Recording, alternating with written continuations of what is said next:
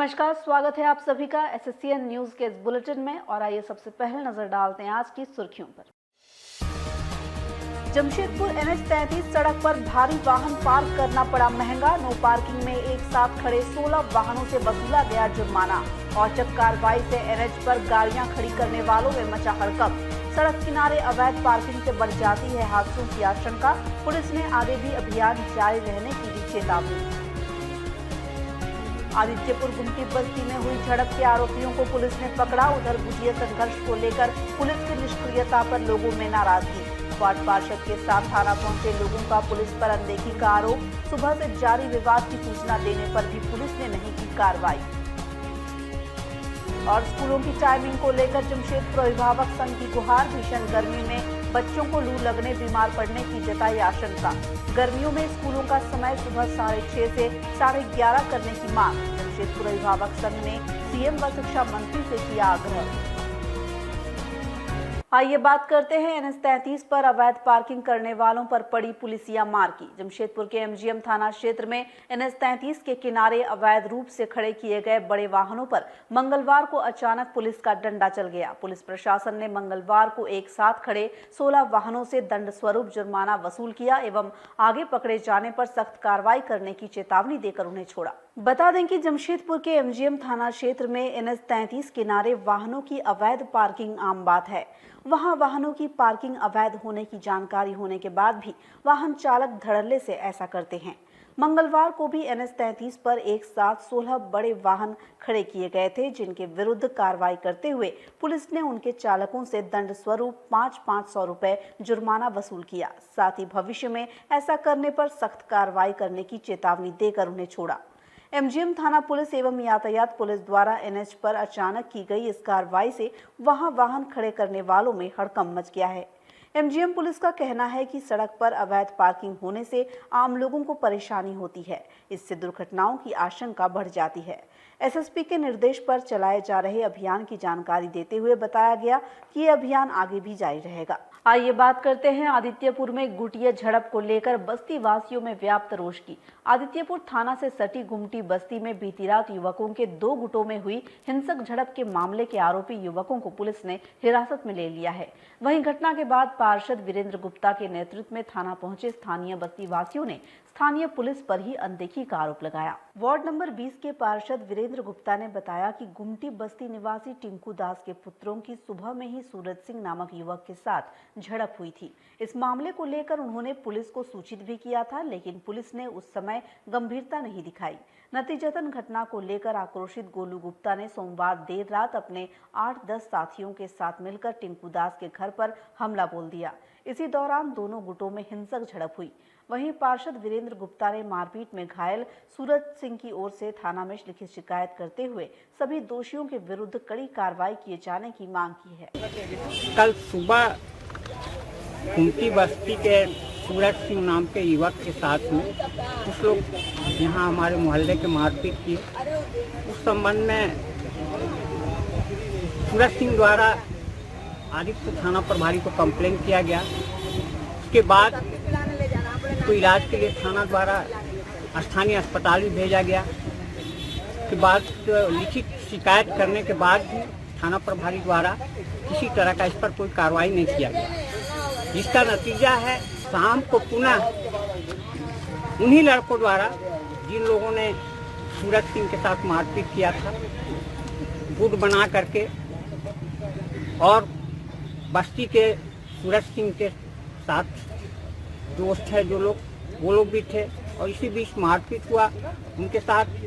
जबकि ये घटना अगर आदित्यपुर थाना प्रभारी, आदित्यपुर पुलिस प्रशासन सुबह जो आगे शाम को विवाद हुआ है उस पर अगर थाना प्रभारी एक्शन लेके इस तरह का कार्रवाई करते हैं तो शाम को जो पुनः मारपीट की घटना हुई है, मुझे लगता है कि इस तरह की घटना नहीं होती। तो मैं अभी आदित्यपुर थाना प्रभारी से मिलने आया हूँ। पूछना चाहता हूँ कि सर ये मामला आप उस समय क्यों कार्रवाई नहीं किए, और इस पर हम मिल के ये पूछने के लिए आए हैं अभी थाना पर। हम लोग और जानना चाहते हैं। बड़ा बाबू तो अभी है नहीं थाना पर, जब आएंगे तो उनसे मिलकर हम लोग ये पूछेंगे कि सर कल का जो घटना है, अगर आप सुबह कार्रवाई करते हैं तो शाम को ये घटना पुनः मारपीट का घटना नहीं होता है। जो कोई भी हो गलत कर रहा है, चाहे वो कोई भी हो, अगर वो गलत कर रहा है तो उसके ऊपर कार्रवाई होनी चाहिए, चाहे वो किसी का कितना भी पैरवीकार हो, गरीबी हो, मेरे घर का हो या किसी अन्य घर का हो, गलत कर रहा है उसके ऊपर कार्रवाई होनी चाहिए। आइए बात करते हैं जमशेदपुर अभिभावक संघ की स्कूलों का समय बदलने की मांग की। 2 वर्ष बाद खुले स्कूलों में बच्चों ने जाना शुरू हुई किया था कि गर्मी के मारे स्कूल टाइमिंग में बदलाव की मांग शुरू हो गई है। ठेठ दोपहर की चिलचिलाती धूप व गर्मी में छुट्टी के बाद घर लौटते बच्चों को लू लगने या बीमार होने की बड़ी आशंका के मद्देनजर स्कूलों का समय बदलने की मांग हो रही है। बता दें कि झारखंड के साथ ही पूर्वी सिंहभूम में भी गर्मी का प्रकोप शुरू हो गया है। जमशेदपुर शहर का अधिकतम तापमान 41 डिग्री को पार कर चुका है, जिससे शहर लू की चपेट में है और फिलहाल तापमान में गिरावट के कोई आसार भी नहीं है। इसके मद्देनजर जमशेदपुर अभिभावक संघ ने दोपहर की चिलचिलाती धूप व गर्मी में स्कूली बच्चों की छुट्टी होने पर घर लौटते समय उनको लू लगने या बीमार पड़ने की आशंका का हवाला देते हुए स्कूलों की टाइमिंग में बदलाव किए जाने की मांग की है। जमशेदपुर अभिभावक संघ के अध्यक्ष डॉक्टर उमेश कुमार ने बताया कि वर्तमान में स्कूलों में आगामी 30 जून तक व्यवस्था के तहत स्कूलों का संचालन प्रातः 7 से दोपहर 1 बजे तक करने का निर्देश है, जो गर्मियों के लिए ठीक नहीं है।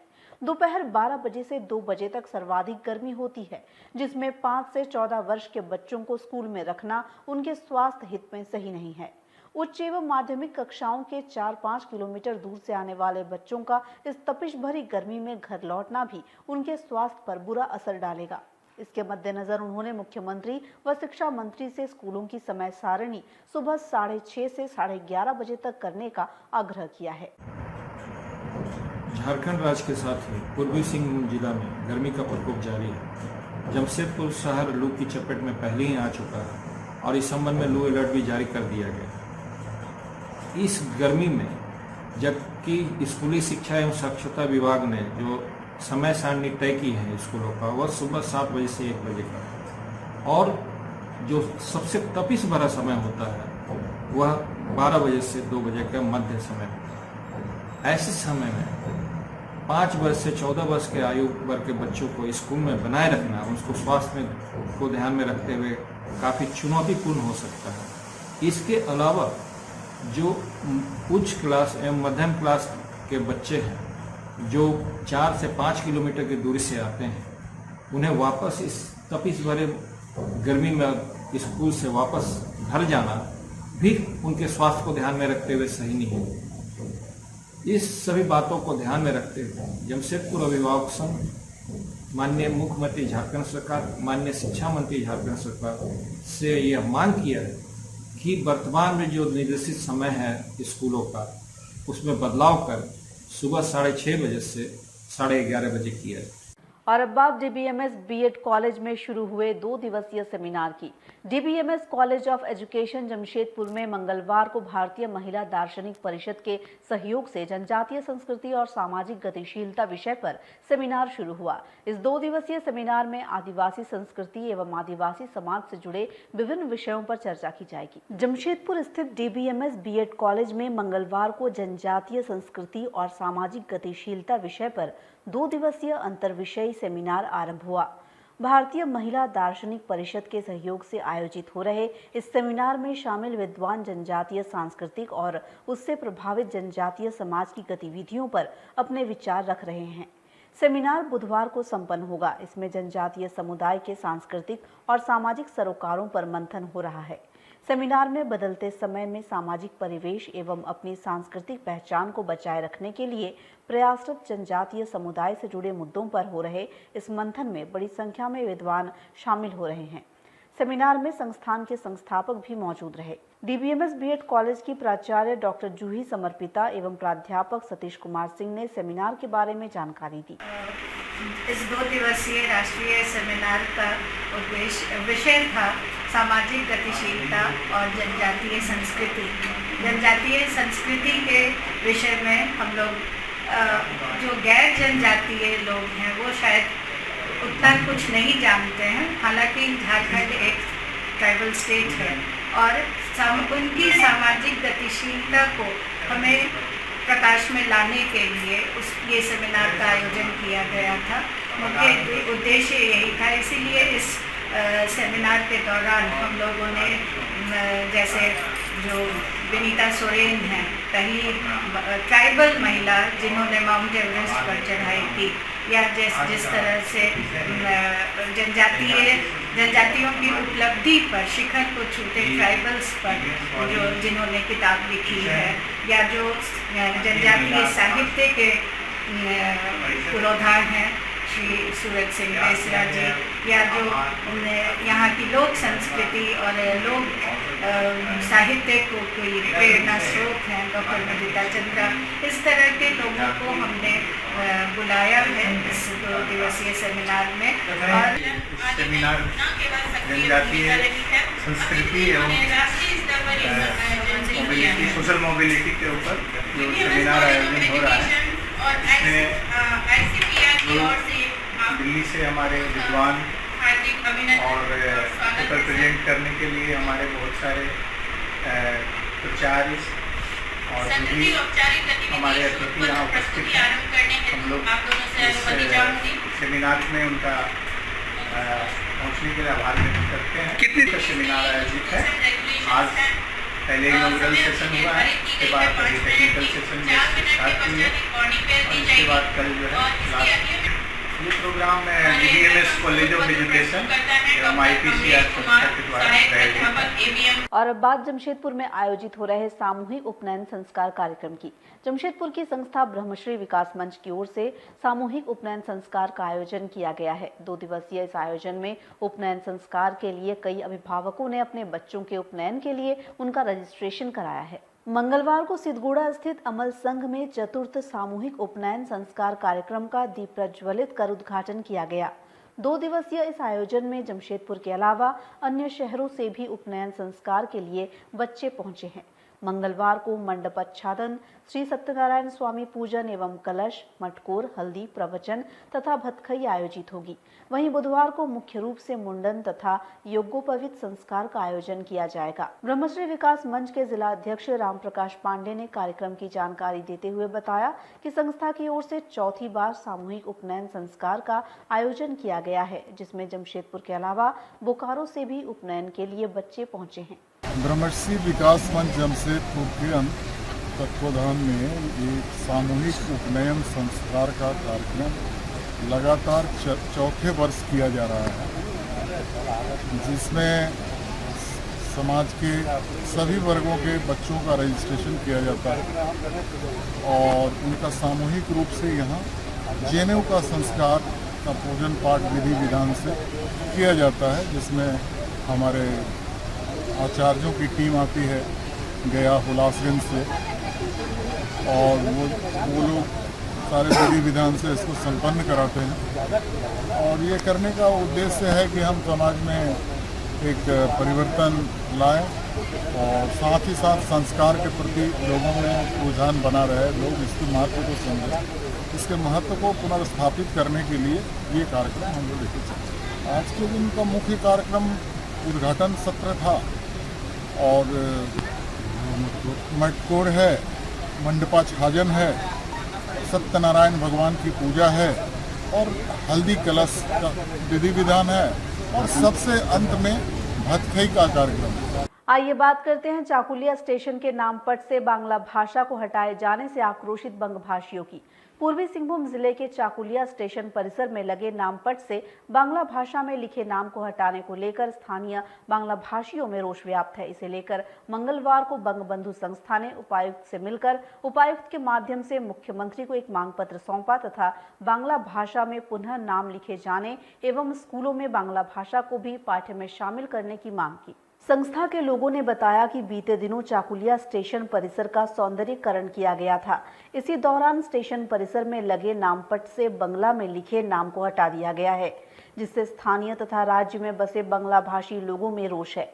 मामले को लेकर बंगबंधु संस्था के सदस्यों ने उपायुक्त को सौंपे ज्ञापन के माध्यम से मुख्यमंत्री से इसकी शिकायत की। उन्होंने ज्ञापन के माध्यम से मुख्यमंत्री से अनुरोध किया है कि मामले को संज्ञान में लेकर चाकुलिया स्टेशन परिसर में फिर से बंगला भाषा का प्रयोग किया जाए। बंगबंधु संस्था के प्रतिनिधि मंडल ने इसके अलावा जमशेदपुर उपायुक्त से मुलाकात कर सरकार से मांग की है कि सभी स्कूलों में बांग्ला भाषा की पढ़ाई हो। बच्चों को उनकी भाषा चुनने का विकल्प देना चाहिए ताकि बांग्ला भाषा का अस्तित्व बना रहे। इस मौके पर बंगबंधु संस्था की अपर्णा गुहा, सुष्मिता सरकार, श्रावणी नंदी के अलावा संस्था के अन्य लोग मौजूद थे। इसको महत्व नहीं दिया जा रहा है, तो हमारे झारखंड हो या पूरे इंडिया में बांग्ला भाषा भाषी भी हैं, बंगाली भी हैं और खासकर जमशेदपुर में भी बंगाली हैं। और जब हम लोग इस मांग को लेकर शिक्षा मंत्री को भी ये देना चाहते हैं आवेदन कि जिस तरह सारे सब्जेक्टों में, विषयों में हिंदी, इंग्लिश, उर्दू और संस्कृत को एक भाषा रखा गया है कि हर बच्चों को अपनी स्वेच्छा से इंग्लिश या संस्कृत या उर्दू या हिंदी लेना है, उस तरह बांग्ला भाषा को भी एक विषय बनाया जाए और बच्चों को वो उसका शिक्षा और संस्कार भी मिले, ताकि हमारे जो आज हम लोग भी बांग्ला नहीं पढ़े हैं, हमारे ऊपर के जो पूर्वज हैं वो बांग्ला जानते हैं, वो पढ़े हैं। हम लोगों के समय से बांग्ला भाषा को किताबों से हटा दिया गया है विषय से, तो एक विषय बनाया जाए बांग्ला को भी, ताकि आने वाले जो पीढ़ी है वो बांग्ला को जान सके और बांग्ले का महत्व को समझ सके। ये हमारा ये अनुरोध है और ये इस विषय को बांग्ला भाषा भाषी की तरफ से ये हमारा बंगबंधु की तरफ से अनुरोध है। आइए बात करते हैं पोटका के कोवाली थाना में शांति समिति की बैठक आयोजित किए जाने की। जमशेदपुर से सटे पोटका के कोवाली थाना परिसर में रामनवमी को लेकर शांति समिति की बैठक हुई। बैठक में अखाड़ा समितियों को रामनवमी जुलूस में कोरोना की गाइडलाइंस की जानकारी देते हुए उनके पालन की हिदायत दी गई। सभी सदस्यों ने भी त्योहारों के दौरान गाइडलाइंस के पालन पर सहमति जताई। पोटका के कोवाली थाना परिसर में Potka BDO Mahendra Ravidas, CO Imtiaz Ahmed, police निरीक्षक इंद्रदेव राम व अन्य अधिकारियों की उपस्थिति में शांति समिति की बैठक हुई। बैठक में कोवाली थाना के एसआई रितेश तिग्गा, सुरेंद्र कुमार शर्मा, रतन सोनकर, संतोष मंडल, बबलू चौधरी, चंडी मंडल, कृष्णा गुप्ता, सैयद जयबुल्ला, अनवर अली, पिंटू गुप्ता, सुनील मुंडा आदि उपस्थित रहे। आसन्न रामनवमी को लेकर आहूत बैठक में सदस्यों को कोरोना को लेकर सरकार की गाइडलाइंस की जानकारी देते हुए उनसे त्योहारों के दौरान उनके पालन का आग्रह किया गया। बैठक में उपस्थित सदस्यों को बताया गया कि रामनवमी का जुलूस शाम 6 बजे के बाद नहीं निकालना है। जुलूस में 100 से अधिक आदमी नहीं होंगे एवं सभी मास्क लगाएंगे एवं सैनिटाइजर का प्रयोग करेंगे। इसी तरह सदस्यों को जुलूस के संबंध में सारी जानकारी देते हुए उन्हें निर्धारित रूट से ही रामनवमी का जुलूस निकालने की हिदायत भी दी गई। बैठक में उपस्थित कमेटी के सदस्यों ने भी नियमानुसार जुलूस संपन्न कराने पर सहमति जताई। 2022 को लेकर शांति समिति और रामनवमी जुलूस लाइसेंसी अखाड़ा कमेटी के सदस्यों के साथ बैठक किया गया। बैठक में चर्चा हुई कि रामनवमी 2022 को लेकर सरकार का जो गाइडलाइन है उसके बारे में सबको अवगत कराया गया कि जुलूस जो है ना शाम 6 बजे के बाद नहीं निकलना है, 6 बजे तक समाप्त कर देना है। जुलूस में 100 से अधिक आदमी नहीं होंगे।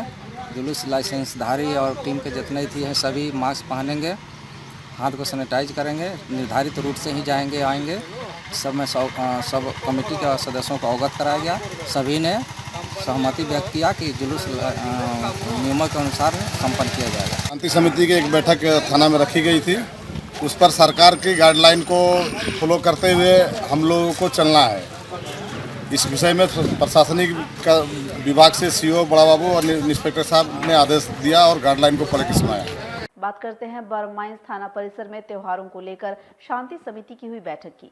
छठ पर्व व रामनवमी को लेकर बरमाइंस थाना परिसर में क्षेत्रीय शांति समिति की बैठक हुई। बैठक में ADM law and order N K Lal, DSP Animesh Gupta एवं बरमाइंस थाना प्रभारी के साथ ही शांति समिति के सदस्यों ने आसन्न त्योहार शांतिपूर्वक संपन्न कराने पर विचार किया एवं क्षेत्र की समस्याएं भी सुनी। बरमाइंस थाना परिसर में छठ पर्व एवं रामनवमी को लेकर शांति समिति की बैठक आयोजित हुई। इस बैठक में मुख्य रूप से जिले के ADM law and order N K Lal, DSP Animesh Gupta एवं बरमाइंस थाना प्रभारी राजू कुमार ने शांति समिति के साथ आगामी त्योहारों में विधि व्यवस्था बनाए रखने एवं शांतिपूर्वक त्योहार मनाने पर विचार किया। इसमें शांति समिति के सदस्यों ने आगामी छठ व्रत को लेकर लोगों की समस्याओं के साथ ही स्थानीय अखाड़ा समितियों की समस्याएं भी पदाधिकारियों के समक्ष रखी, जिनके समाधान का आश्वासन दिया गया। इनमें हाई मास्ट लाइटों, पानी, बिजली आपूर्ति आदि जैसी समस्याएं शामिल थी। पदाधिकारियों ने त्योहारों से पूर्व इन समस्याओं के समाधान का आश्वासन भी दिया। एडीएम एनके लाल ने बताया कि आगामी त्योहारों को लेकर शांति समिति की बैठक की जा रही है। इसमें पर्व त्योहारों को लेकर स्थानीय अखाड़ों एवं श्रद्धालुओं की समस्याएं सुनी जा रही है। इसके साथ ही शांतिपूर्वक त्योहार संपन्न कराना भी सुनिश्चित किया जा रहा है। आज हम लोगों ने थाना स्तर पर जो शांति समिति की मीटिंग हम लोगों ने किया है और ये प्रत्येक थाना समावेश करते हैं। एक तरफ एसडीओ साहब कर रहे हैं, एक तरफ घाटशिला क्षेत्र को बांट अलग अलग करते हैं प्रत्येक थाना वाइज। और थाना में जो सरकार के द्वारा जो गाइडलाइन आई है उसको पूरी तरह से विस्तृत रूप से बता दिया जा रहा है। और साथ साथ इनकी जो समस्याएँ हैं उन समस्याओं को हम लोग नोट डाउन करते हैं और नोट डाउन करके उसके ऊपर इम्प्लीमेंट करवाते हैं। कहीं लाइट खराब है, कहीं पानी की समस्या है, कहीं रोड की समस्या है, इन सारी चीज़ों का हम लोग इन सभी काम कराते हैं और इन सभी इनकी समस्याओं को हम लोग यहाँ लेते हैं, लेकर के उसका निदान करने का प्रयास करते हैं ताकि उस दिन किसी प्रकार की कोई दिक्कत नहीं हो या जुलूस कहीं पे कोई अवरोध वगैरह है या जुलूस में कहीं आने जाने में कोई दिक्कत है, कोई प्रतिबंधित क्षेत्र में जुलूस अगर पहुँचता है, इन सब चीज़ों की हम लोग जानकारी लेते हैं। आज सभी कमेटी वाले थे, सभी 3 कमेटी के सदस्यों को इसलिए बुलाया गया था और बुला करके सारी बातों को इनसे समझ लिया गया, सारी बातें नोट कर लिया, इनका जो सजेशंस है उनको भी नोट कर लिया है और अपनी जो बातें हैं सारी बातों को हमने रख दिया। आंकड़े वाले को भी बताएं कैसे उसको अनुमति लेना है, कैसे उनको आवेदन देना है, उन सारी बातों को भी बता दिया गया और इनको अच्छा से पालन करने को कहा गया। इस कमेटी के तमाम सदस्यगण और साथ ही साथ आंकड़े वाले लोग सभी ने सरकार की गाइडलाइन को पालन करने के लिए सबने दावा किया है और सबने आश्वस्त किया कि हम सरकार की गाइडलाइन के साथ ही काम करेंगे, उन्हीं के तहत चलेंगे। ये चीज़ सभी ने कहा है और उसी तरह हम लोग इसको। और अब बात छठ व्रतियों में पूजन सामग्रियां वितरित किए जाने की। मंगलवार को नहाय खाए के साथ चैती छठ की शुरुआत हो गई। वहीं सामाजिक संस्था यात्रा की ओर से छठ महापर्व को लेकर बारिडी में व्रती महिलाओं के बीच पूजन सामग्रियों का वितरण किया गया। लोहनगरी जमशेदपुर में मंगलवार को नहाय खाए के साथ चैती छठ व्रत के संयमों का शुभारंभ हो गया है। इस पर्व में कई संस्थाएं व अन्य लोग व्रतियों की सेवा एवं उनकी मदद करने आगे आने लगे हैं ताकि उनकी सेवा कर वे भी पुण्य के भागी बन पाए। जमशेदपुर के बारिडी चौक पर सामाजिक संस्था यात्रा की ओर से स्टॉल लगाकर व्रती महिलाओं के बीच सूप एवं पूजन सामग्रियों का वितरण किया गया। कई व्रती महिलाएं पूजन सामग्रियां लेने स्टॉल पर पहुंची। सभी व्रतियों ने इस पुण्य कार्य के लिए संस्था का आभार जताया। वहीं संस्था के अध्यक्ष रीना सिंह ने बताया कि यात्रा की ओर से प्रत्येक वर्ष चैती छठ के मौके पर व्रती महिलाओं के बीच पूजन सामग्रियां वितरित की जाती है ताकि व्रतियों को किसी चीज का अभाव न हो और वे निर्विघ्न छठ व्रत पूरा कर सके। यात्रा एक नई जीवन की शुरुआत। हमारे कमेटी मेंबर में हमारी पूनम जी है जो हमारी संस्था की सचिव है, हमारी संगीता जी हैं, ये हमारी महामंत्री हैं, सुशीला जी है, बेबी दी है और ये हमारे संस्था में नहीं है लेकिन फिर भी बढ़ चढ़ के हमारे साथ देती रहती हैं। इनका नाम है रीता जी। ये हम लोग हर साल लगाते हैं।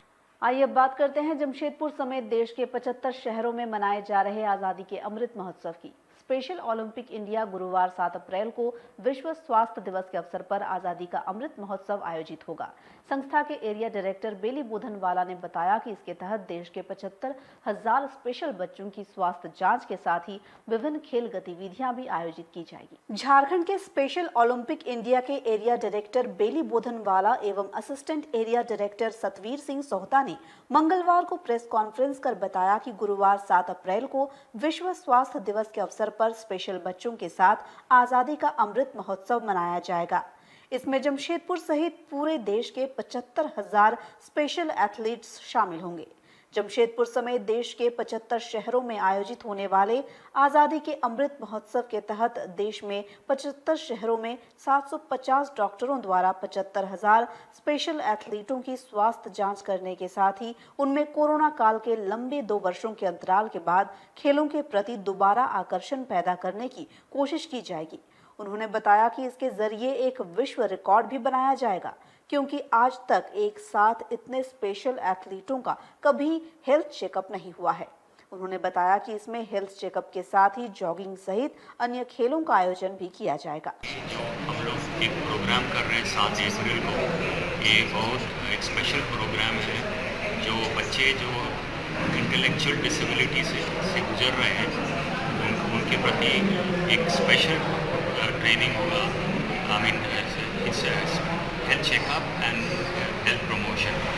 तो इसको उसी दिन में करीब हम लोग इस भवन के अंदर में 400 बच्चे का एक चेकअप रहेगा।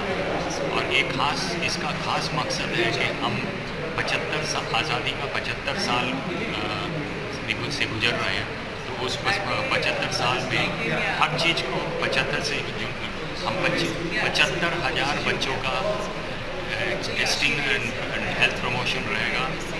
एक करीब 7,500 मेडिकल प्रोफेशनल्स इसमें जुड़ेंगे हमारे साथ में। ये 750 सेंटर में होगा और इन 75 शहरों में किया जाएगा। और इसका खास मकसद जो इसको कहा गया है, इसका है कि आज़ादी का अमृत महोत्सव है।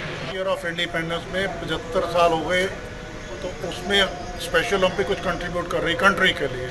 तो 75,000 एथलीट को 75 सिटीज़ में 7,500 डॉक्टर्स मेडिकल एग्जामिनेशन करेंगे और एक वर्ल्ड रिकॉर्ड अटैम्प्ट होगा कि 75,000 एथलीट्स, इंटेलेक्चुअली डिसेबल्ड एथलीट, कभी भी इतने साथ उनका एक दिन में चेकअप नहीं हुआ। ये भी रिकॉर्ड अटैम्प्ट है। इसके अलावा उनका हेल्थ प्रमोशन का, हेल्थ में उनका बॉडी वेट, उनका हाइट, उनका चेस्ट का सर्कमस्टेंसेस, ये सब भी नोट किया जाएगा। और उनका डाइट में क्या खाते हैं, क्या नहीं खाते हैं, क्या खाना चाहिए और क्या नहीं खाना चाहिए, जैसे टैबाकू नहीं यूज़ करना, वो सब उनको बताना पड़ता है।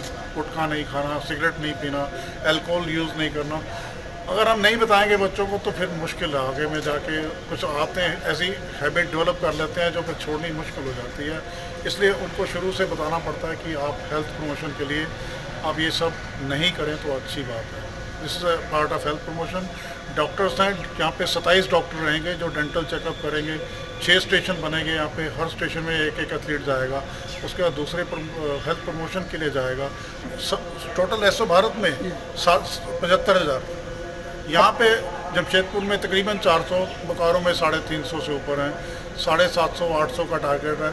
हम लोग चाहते थे कि 1,000 हो जाए, लेकिन नहीं पा सके। गर्मी बहुत है, आना नहीं चाहते, पेरेंट्स लेके नहीं आना चाहते। और आज के इस बुलेटिन में फिलहाल इतना ही। हम फिर हाजिर होंगे कुछ और नई ताज़ा खबरों के साथ। तब तक के लिए SSCN न्यूज़ की पूरी टीम की ओर से मुझे दीजिए इजाज़त। नमस्कार।